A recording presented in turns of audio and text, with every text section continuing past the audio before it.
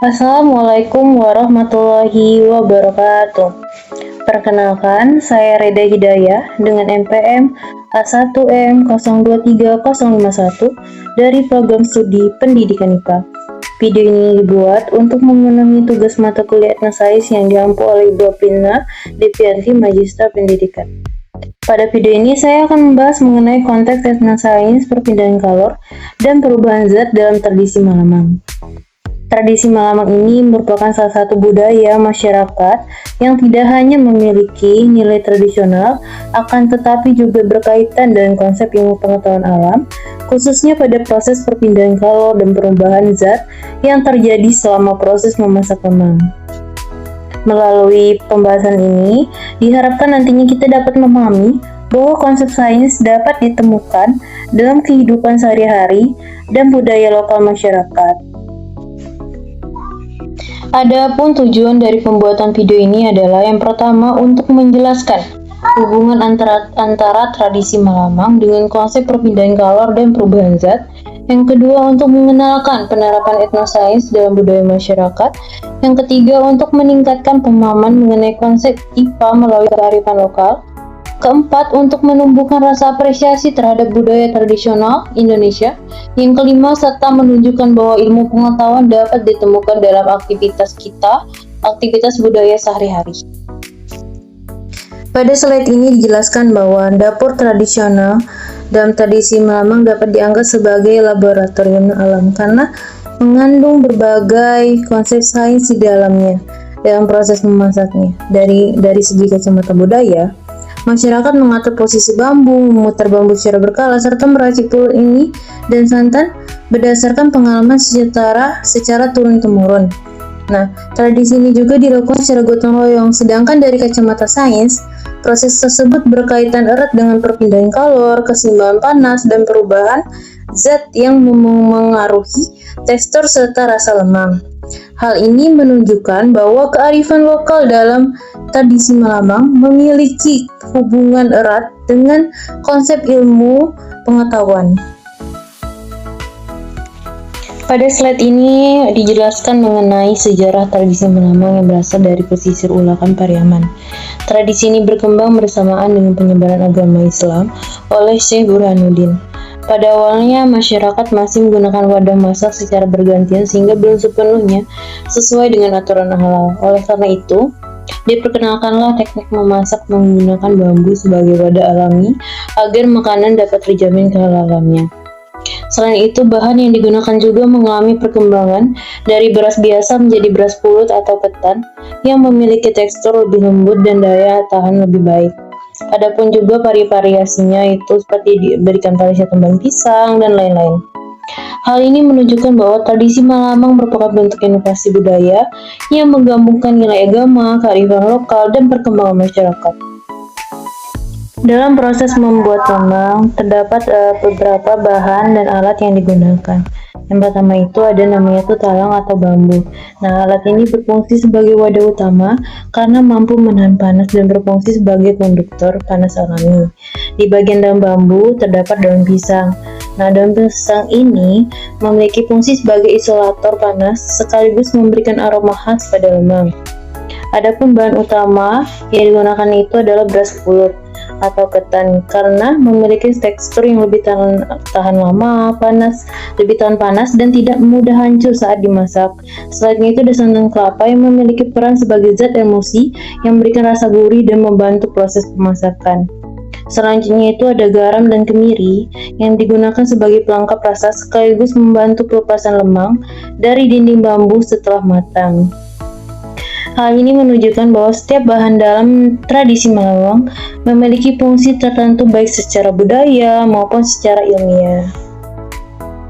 Selanjutnya kita akan masuk ke dalam bagian konsep sainsnya itu dinamika termoperapian, itu konsep kalor dan perpindahan dalam proses memasak lemang. Baik, selanjutnya itu perpindahan panas secara radiasi pada tradisi Malamang. Pada tahap ini, panas dari bara api akan berpindah ke bambu melalui proses radiasi, yaitu perpindahan energi dalam bentuk gelombang elektromagnetik tanpa memerlukan zat perantara. Nah, bara api di sini memancarkan energi panas ke segala arah, sehingga bambu dapat menyerap energi tersebut sebagai kalor utama dalam proses memasak. Jarak antara bambu dan sumber panas menjadi faktor yang sangat penting dalam proses membuat lemang. Jika terlalu dekat, panas yang diterima akan terlalu besar sehingga dapat menyebabkan bagian luar bambu itu hangus. Nah, sebaliknya, jika terlalu jauh, panas yang diterima tidak cukup untuk mematangkan bahan yang di dalam bambu. Oleh karena itu, sistem penataan bambu dalam tradisi melamang dirancang sedemikian rupa agar menerima panas radiasi secara optimal dan merata. Pada tahap ini, panas dari api terlebih dahulu sampai ke permukaan luar bambu melalui radiasi. Nah, selanjutnya panas tersebut merambat masuk ke dalam melalui proses konduksi, yaitu perpindahan kalor melalui benda padat. Nah, bambu ini berperan sebagai penghantar panas sekaligus pengatur laju perpindahan kalor, sehingga panas tidak masuk secara tiba-tiba. Adapun lapisan daun pisang di dalam bambu juga membantu menyaring dan mendistribusikan panas secara lebih merata sekaligus memberikan aroma khas. Akhirnya, panas tersebut mencapai campuran beras ketan dan santan yang dapat meningkatkan suhu sehingga melalui proses pemasakan. Hal ini menunjukkan bahwa konduksi berperan penting dalam menghantarkan panas secara bertahap dari luar ke dalam sistem lemang. Pada tahap ini, dalam proses membuat lemang, bambu tidak hanya dipanaskan, tetapi juga harus terus diputar secara berkala. Hal ini dilakukan untuk mengatasi pemanasan yang tidak merata akibat arah panas yang cenderung berasal dari satu sisi. Nah, jika bambu tidak diputar, bagian yang menghadap langsung ke api akan menerima kalor lebih banyak, sehingga berisiko hangus. Nah, sedangkan bagian yang jauh dari api akan kekurangan panas dan tetap mentah bahan yang ada di dalamnya. Dengan memutar bambu, distribusi panas menjadi lebih merata ke seluruh permukaan. Proses ini memungkinkan tercapainya equilibrium thermal, yaitu kondisi di mana suhu di seluruh bagian bahan menjadi relatif sama, sehingga lemang dapat matang secara merata dan optimal. Pada bagian ini kita akan membahas transformasi material atau perubahan zat yang terjadi dalam proses membuat lemang. Nah, saat beras ketan dan santan dipanaskan di dalam bambu, bagaimana sih perubahan secara fisika maupun kimianya? Ini akan kita bahas secara lebih lanjut. Nah, selanjutnya itu bagaimana sih konsep zat campuran heterogen pada proses membuat lemang? Pertama, dapat kita amati bahwa dalam proses membuat lemang itu ada komponen zat padatnya, yaitu beras pulih atau ketan. Nah, kalau kita lihat secara dekat, butiran ketan ini aslinya keras, rapat, dan memiliki kandungan air di dalamnya sedikit sekali. Nah, kedua ada komponen zat cair, yaitu santan dari santannya. Di dalam sains, santan ini kita sebut sebagai emulsi kompleks atau alias campuran alami antara air, minyak kelapa, dan protein. Nah, waktu santan dituang ke dalam bambu dan merendam ketan, mereka membentuk campuran heterogen. Artinya apa? Di tahap awal ini mereka cuma bercampur, tapi belum menyatu. Beras tetap jadi beras dan santan tetap jadi cairan biasa karena belum ada reaksi yang terjadi. Selain itu, bagaimana sih terjadinya absorpsi dan gelatinasi pada proses membuat lemang? Pada proses membuat lemang yaitu ketika santan semakin panas, ikatan di dalam butiran ketan itu mulai melonggar. Akhirnya, air dan minyak dari santan langsung terserap masuk ke dalam inti beras ketan. Itulah yang menyebabkan terjadinya penyerapan atau absorpsi pada proses membuat lemang. Selanjutnya itu pemecahan struktur. Karena terus-terusan menyerap santan, butiran ketannya mulai membengkak atau mengembang, sehingga ukurannya membesar sampai memenuhi rongga bambu, sedangkan cairan santan di luarnya mulai habis karena tersedot masuk ke dalam butiran beras diserap tadi. Nah, selanjutnya itu tahap ketiga adalah gelatinisasi. Di tahap ini, kandungan pati dalam ketan pecah dan mengikat minyak santan dengan kuat.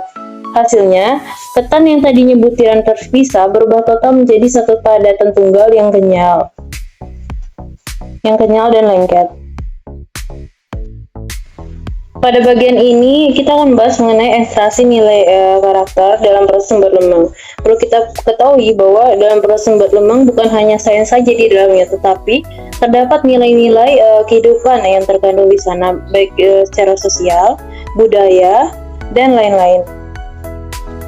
Pada tahap ini, secara empiris, proses melamang adalah tugas yang teramat berat jika dipikul sendirian. Coba kita bayangkan, mulai dari mencari bambu ke hutan, memarut kelapa secara manual, hingga menjaga stabilitas nyala api selama 6 jam penuh itu akan berat dilakukan oleh satu orang saja. Oleh karena itu, terciptalah sebuah sistem sosial yang luar biasa, itu melamang bertindak sebagai katalis kohesi sosial. Di sini terjadi pembagian peran secara harmonis, yaitu para pria bergerak mencari bambu dan kayu bakar, sementara para wanita mengambil peran memarut kelapa dan mencuci beras. Nah, proses inilah yang menghidupkan kembali rasa gotong royong dan tolong menolong, di mana tetangga serta kerabat saling bahu membahu menyumbangkan tenaga maupun materi. Adapun yang uniknya dari tradisi ini juga yaitu menjadi sebagai media penyatu lintas ruang, di mana kerabat yang sedang merantau pun kerap mengirimkan dukungan secara finansial ke kampung halaman demi menyukseskan tradisi ini. Jika molekul amilok pektin berfungsi merekatkan butiran beras, maka melamang adalah lem ketupat sosiologis yang merekatkan kembali hubungan komunal yang mungkin sempat renggang. Seperti pepatah, urang sakorong sanagri, artinya kita adalah satu kesatuan yang utuh. Dalam tradisi melamang terdapat dua pilar yang penting, yaitu satu mengenai nilai religius dan yang kedua itu nilai budaya. Pada dimensi religius, tradisi ini adalah momen tafakur atau mengingat sebagai momen untuk mengingat kematian. Seringkali tradisi ini digelar dalam ritual peringatan duka, mulai dari hari pertama, Manigo hari, hingga Manyeratus hari. Bertindak sebagai pengingat visual akan mortalitas kita sebagai manusia. Selain itu, prosesi menunggu di depan api panas selama 6 jam adalah sebuah latihan kesabaran yang mendalam, yang artinya mengajarkan kita arti ketabahan dan sikap tawadu. Pada akhirnya, lemang yang matang akan disedekahkan kepada orang siak dan masyarakat sekitar sebagai bentuk amal jariah bagi arwah yang telah wafat. Nah, selanjutnya itu di sisi lain, pada pilar budaya, melamang adalah cara nyata untuk merawat silaturahmi. Nah, melalui tradisi menjalang mertua atau mengantar lamang ke rumah bako, masyarakat Minang mempraktikkan metode komunikasi budaya tanpa kata untuk menghormati kekerabatan. Inilah yang disebut sebagai super organik kultur, sebuah transmisi keahlian material dan termal yang diwariskan dari tetua kepada generasi muda untuk memastikan identitas kita tidak hanya hanyut digerus arus modernisasi. Selanjutnya, tradisi melamang membuktikan secara ilmiah dan kultural bahwa warisan leluhur kita bukanlah sekedar kebiasaan kuno yang usang. Ia adalah sebuah perpustakaan ilmu pengetahuan yang hidup, sebuah manifestasi sempurna dari etnosains Minangkabau. Bagi seorang ilmuwan, ini adalah eksperimen tentang perbedaan kalor secara radiasi dan konduksi serta perubahan fasa material melalui gelatinasi. Bagi seorang sosiologi, ini adalah mekanisme pertahanan sosial yang memastikan gotong royong dan silaturahmi tetap terjaga. Dan bagi generasi muda, ini adalah suatu laboratorium karakter yang mengajarkan kita kesabaran, indahnya bersedekah, dan kokohnya persatuan komunal. Melalui sebatang lemang, para leluhur kita telah berhasil membumikan filosofi tertinggi kita, yaitu alam tak kambang jadi guru, bahwa alam ini yang membentang luas ini dengan segala hukum sains dan interaksi sosial di dalamnya adalah dapat kita jadikan sebagai guru sejati kita dalam menjalani kehidupan. Mungkin itu saja yang dapat saya sampaikan mengenai etnosains dalam tradisi melamang. Saya akhiri. Wassalamualaikum warahmatullahi wabarakatuh.